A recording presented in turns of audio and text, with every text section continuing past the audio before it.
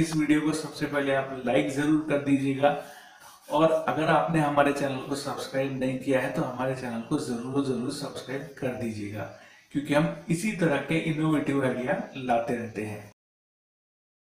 दोस्तों, इस वीडियो में हम जानेंगे कि कील का बिजनेस कैसे शुरू कर सकते हैं। कील के बिजनेस के लिए कौन कौन से रजिस्ट्रेशन की जरूरत होती है, मशीन कहां से खरीद सकते हैं, हमें रॉ मटेरियल कहां से मिलेगा, तैयार माल को कैसे बेच सकते हैं, कितना मुनाफा होगा। ये सारी जानकारी हमने वीडियो के जरिए आपको देने की कोशिश करी है, इसलिए वीडियो को प्लीज पूरा देखिएगा। बट अगर फिर भी आपका कोई सवाल अधूरा रह जाता है तो आप हमसे कमेंट के जरिए भी पूछ सकते हैं। लोहे की कील एक ऐसी वस्तु है जिसका उपयोग हर जगह किया जाता है, चाहे फर्नीचर का काम हो या कोई घर बनाना हो, हर जगह कील का उपयोग किया जाता है। लोहे की कील बाजार में खूब बिकने वाली सामग्री है तथा इसका उपयोग देश के हर कोने में किया जाता है। जल्दी खराब ना होने के कारण इस व्यवसाय में नुकसान की संभावना बहुत कम ही रहती है। लोहे की कील बनाना एक आसान काम है, साथ ही साथ इसकी डिमांड हमेशा बनी रहती है। तो चलिए देखते हैं कि कैसे हम खुद का कील का बिजनेस स्टार्ट कर सकते हैं।